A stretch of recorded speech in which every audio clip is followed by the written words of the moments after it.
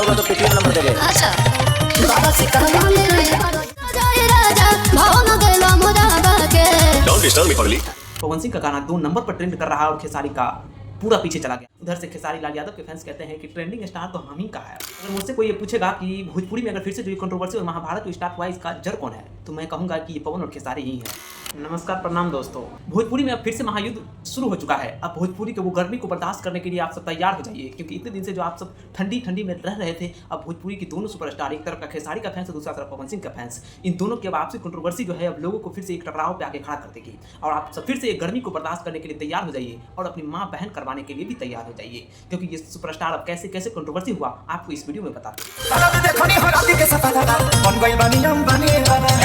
सावन के पवित्र महीने में खेसारी लाल यादव का एक गाना आता है। गाना ये आता है कि बना दी अंबानी ए भोले बाबा। ये गाना पवन सिंह के गाने के आने से आधे घंटे पहले आता है। और पवन सिंह का भी एक गाना आता है, सेवा में बानी ए भोले बाबा। ये गाना जब आता है तो पवन सिंह का गाना बहुत पीछे चलता है खेसारी लाल यादव के गाने से। कुछ 8 घंटे 10 घंटे हुए पवन सिंह का गाना जो है बहुत पीछे चलता है। खेसारी का गाना 2-3 लाख ऊपर के गाने से ट्रेंड भी करता है। लेकिन आज एक दिन हुए और पवन सिंह का गाना 2 नंबर पर ट्रेंड कर रहा है और खेसारी का पूरा पीछे चला गया है। वही खेसारी लाल यादव का व्यूज की आंकड़ा की बात करें तो व्यूज में उनका मात्र 17 लाख है और पवन सिंह का व्यूज के मामले में 30 लाख है। तो इससे आपस में जो ये टकराव था दोनों के स्टारों के बीच और दोनों के समर्थक के बीच ये ज़्यादा बढ़ गई। पवन सिंह के फैंस कहते हैं कि देखो पावर यहीं से शुरू होता है और यहीं खत्म। उधर से खेसारी लाल यादव के फैंस कहते हैं कि ट्रेंडिंग स्टार तो हम ही का है। डोंट डिस्टर्ब मी पगली। अच्छा सावन के बाद आके मिली हो ये सोना, सेवा में बानी भोले बाबा। कोई ये पूछेगा कि भोजपुरी में अगर फिर से जो कंट्रोवर्सी और महाभारत जो स्टार्ट हुआ है इसका जड़ कौन है, तो मैं कहूंगा कि ये पवन और खेसारी ही है।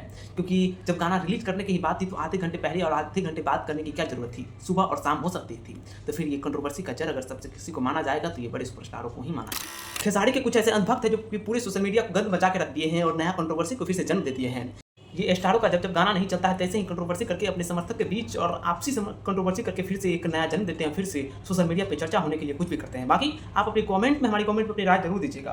कंट्रोवर्सी का सबसे बड़ा जड़ कौन है ये कमेंट में जरूर लिखिएगा। जय हिंद।